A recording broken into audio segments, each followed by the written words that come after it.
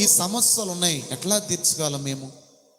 ఈ ఇబ్బందులు ఉన్నాయి, మేము ఎలా తీర్చగలం మేము అని కొంతమంది దిగులుతో, చింతతో, వ్యాధంతో వారు ప్రతిదినము కృషించిపోతూ ఉంటారు.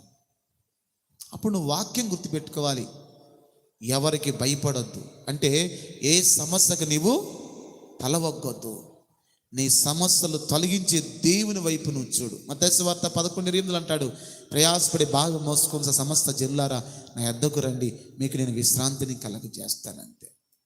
మీరు చింతించడం వల్ల మోరెడు ఎక్కువ పెరగలేరు అంటాడు ఆయన. అంతే, చింతించొద్దు. చింత దాని వెనకాల భయం ఉంటుంది. చింతలోనే దాగి ఉంది భయం.